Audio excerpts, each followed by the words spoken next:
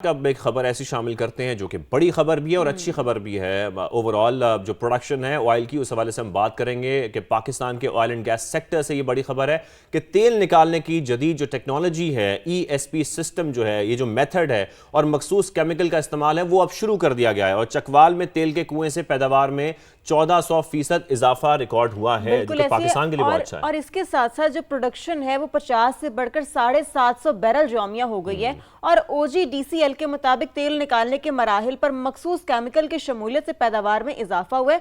और इससे पहले भी पेशाश की वेल में इसका कामयाब इस्तेमाल किया गया। बिल्कुल, एक पुरानी टेक्नोलॉजी थी, एक नई टेक्नोलॉजी है जिसका इस्तेमाल किया जा रहा है, जिससे प्रोडक्शन बहुत ज़्यादा इजाफा हुआ है। और आने वाले वक्त में मुस्तकबिल में क्या वाकई हमारा जो इंपोर्ट बिल है वो भी इससे कम होगा या नहीं होगा, हमें कितने फ़ायदे हासिल होंगे, इसके बात करने के लिए हमें ज्वाइन किया एनर्जी एक्सपर्ट आनंद पहुजा ने। उनसे हम बात करेंगे। बहुत शुक्रिया आनंद साहब हमें शो में ज्वाइन करने के लिए। सर, OGDCL के ऑयल ड्रिलिंग के लिए जदीद टेक्नोलॉजी का इस्तेमाल किया जा रहा है, उसके फ़वाइद भी हमें अब सामने नज़र आ रहे हैं।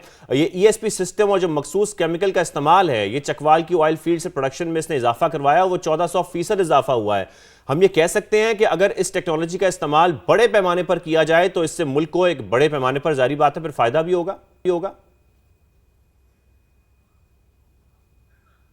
बेसिकली होता है कि हमेशा जब भी कोई डिस्कवरी या कोई वेल मैच्योर हो जाता है तो उसका प्रेशर भी कम हो जाता है, प्रोडक्शन फ्लोज वहां से ग्रेजुअली कम होना स्टार्ट हो जाते हैं। तो हमेशा जो ऑयल एंड गैस कंपनीज है वो वेल वर्कओवर्स करती है, वर्कओवर एक्टिविटीज करती है, ताकि जो आउटपुट वहां पे बचा हुआ है, जो प्रेशर जितना एनहांस कर सकते हैं तो वो एनहांस करे, तो ये उसका पार्ट है। सो वो बेसिकली इस वजह से वो केमिकल्स कुछ वेल में इंजेक्ट करते हैं एंड देन पंप्स के थ्रू प्रेशर एनहांस करके वो प्रोडक्शन की कैपेसिटी, प्रोडक्शन वहां से आउटपुट बढ़ा देते हैं।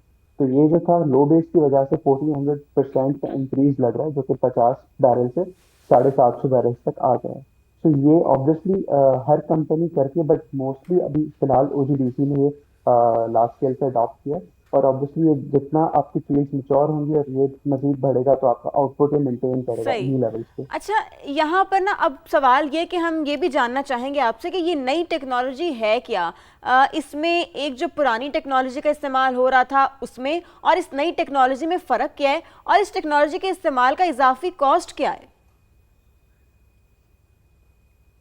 तो बेसिकली इसमें है ये कि ये जो अभी इन्होंने रिसेंटली यूज किया है, केमिकल्स इसमें इंजेक्ट करते हैं कुछ, जो जिसकी वजह से जो वेल में कुछ पार्टिकल्स लग जाते हैं वेल बोर के करीब, जिसकी वजह से रुकावट आती है ऑयल को बाहर निकलने में। तो वो उन पार्टिकल्स को खत्म करते हैं नीचे जाकर केमिकल्स, जिसकी वजह से प्रोडक्शन में वहाँ पे इंक्रीज आता है, फ्लोज बढ़ जाते हैं। बेसिकली आपका जो वेल है वो पोरस हो जाता है, उसमें फिर वहां से फिर इजिली जो जखायर होते हैं वो बाहर एक्सट्रैक्ट किए जा सकते हैं।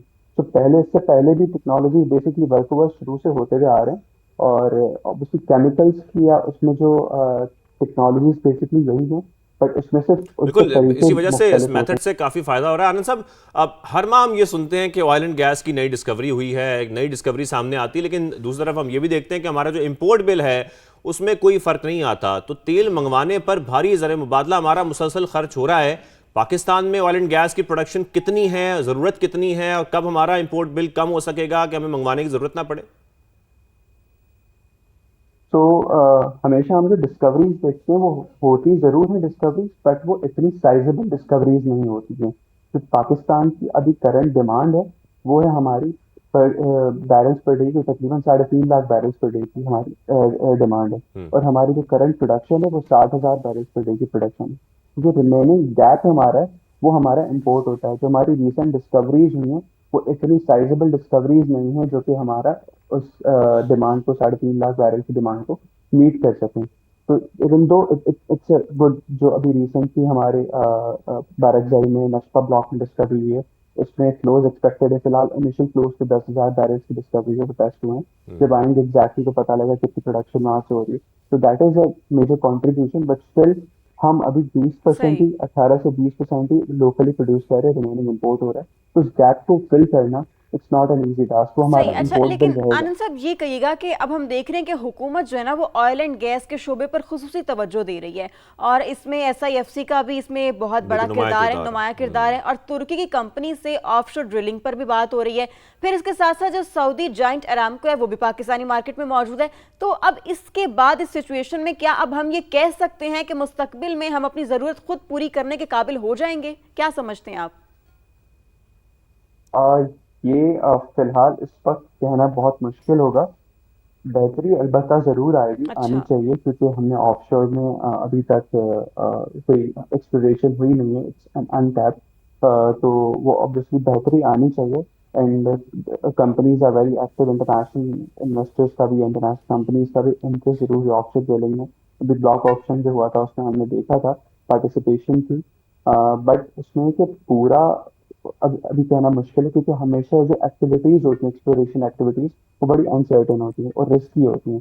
तो उनकी एग्जीक्यूशन का रिस्क और उसको ऑनलाइन आने में काफ़ी टाइम लग जाता है। तो इस वक्त ये कहना कि हमारी पूरी ज़रूरियात लोकली प्रोडक्शन से पूरी होंगी, ये मुश्किल होगा, बट बेहतरी ज़रूर आएगी, बेहतरी आनी चाहिए उसमें। और आनंद साहब, पाकिस्तान में कुछ मकामात पर जो शेल गैस और तेल की मौजूदगी के शवाहिद हैं वो भी मिले हैं। अमरीकी इदारों की जो स्टडी है उसके मुताबिक यही बताया जा रहा है कि पाकिस्तान में हज़ारों ट्रिलियन क्यूबिक फुट जो शेल गैस है वो उसके वसी ज़खायर हो सकते हैं। हम रिवायती तेल और गैस पर तो तवज्जो दे रहे हैं, लेकिन इस गैस पर और तेल पर तवज्जो अब क्यों नहीं दी जा रही हमारी जानिब से? तो शेल गैस या शेल रिजर्वायर को एक्सट्रैक्ट करने के लिए तो एक्सपर्टीज चाहिए होती है, एक्सपर्टीज भी हमारे पास नहीं है। उसके अलावा रिसोर्सेज भी चाहिए होते हैं और रिस्की होता है। ये तीन चार वजूहत है जिसकी वजह से फिलहाल फोकस नहीं है। सो एक्सपर्टीज हम अभी स्टार्ट हुआ है, बट स्मॉल स्केल के OGDC में 2-3 डिस्कवरीज की जो टाइट गैस डिस्कवरीज हैं और पायलट प्रोजेक्ट्स को कर रहे हैं। बट उसके अलावा आपको उसमें पानी ज़्यादा चाहिए होता है, जो कि पाकिस्तान के पास पानी की शॉर्टेज है। उसके साथ साथ वो रिस्की होते हैं, आपकी इन्वेस्टमेंट्स बहुत बढ़ जाती हैं उसमें। अगर वो पॉजिटिव रिजल्ट उसके नहीं निकलते हैं तो फिर आपका एक सिग्निफिकेंट लॉसेस भी आते हैं, जो कि फिलहाल हमारी कंपनीज जो लोकल EMPs हैं उनकी इतनी कैपेसिटी नहीं कि वो इतने लॉसेस बियर करें। और बाकी इसके अलावा एक वो चीज़ है कि फिलहाल उनके सामने सामने टारगेट्स हैं, ईजी टारगेट्स हैं, जो कि ऑन शोर नहीं है। तो इसलिए या जो आपके कन्वेंशनल रिजर्वायर्स में, तो वो इजी टारगेट्स को अभी फिलहाल टारगेट कर रहे हैं rather than focusing on shell gas.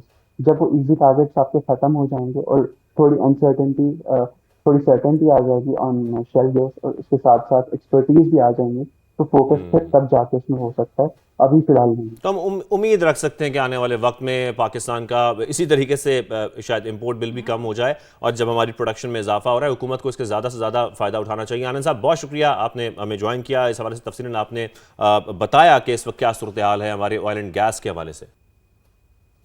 तो शेल गैस या शेल रिजर्वायर को एक्सट्रैक्ट करने के लिए तो एक्सपर्टीज चाहिए होती है, एक्सपर्टीज भी हमारे पास नहीं है। उसके अलावा रिसोर्सेज भी चाहिए होते हैं और रिस्की होता है। ये तीन चार वजूहत है जिसकी वजह से फिलहाल फोकस नहीं है। सो एक्सपर्टीज हम अभी स्टार्ट हुआ है, बट स्मॉल स्केल के OGDC में 2-3 डिस्कवरीज की जो टाइट गैस डिस्कवरीज हैं और पायलट प्रोजेक्ट्स को कर रहे हैं। बट उसके अलावा आपको उसमें पानी ज़्यादा चाहिए होता है, जो कि पाकिस्तान के पास पानी की शॉर्टेज है। उसके साथ साथ वो रिस्की होते हैं, आपकी इन्वेस्टमेंट्स बहुत बढ़ जाती हैं उसमें। अगर वो पॉजिटिव रिजल्ट उसके नहीं निकलते हैं तो फिर आपका एक सिग्निफिकेंट लॉसेस भी आते हैं, जो कि फिलहाल हमारी कंपनीज जो लोकल EMPs हैं उनकी इतनी कैपेसिटी नहीं कि वो इतने लॉसेस बियर करें। और बाकी इसके अलावा वो चीज़ है कि फिलहाल उनके सामने सामने टारगेट्स हैं, ईजी टारगेट्स हैं, जो कि ऑन शोर नहीं है। तो इसलिए या जो आपके कन्वेंशनल रिजर्वायर्स में, तो वो इजी टारगेट्स को अभी फिलहाल टारगेट कर रहे हैं rather than focusing on shell gas. जब वो इजी टारगेट्स आपके खत्म हो जाएंगे और थोड़ी अनसर्टेनिटी थोड़ी सर्टेनिटी आ जाएगी ऑन शेल गैस, और उसके साथ साथ एक्सपर्टीज भी आ जाएंगे, तो फोकस फिर तब जाके उसमें हो सकता है, अभी फिलहाल नहीं। तो हम उम्मीद रख सकते हैं कि आने वाले वक्त में पाकिस्तान का इसी तरीके से शायद इंपोर्ट बिल भी कम हो जाए, और जब हमारी प्रोडक्शन में इजाफा हो रहा है हुकूमत को इसके ज़्यादा से ज़्यादा फ़ायदा उठाना चाहिए। आनंद साहब, बहुत शुक्रिया, आपने हमें ज्वाइन किया, इस हवाले से तफसीलन आपने बताया कि इस वक्त क्या सूरत हाल है हमारे ऑयल एंड गैस के हवाले से।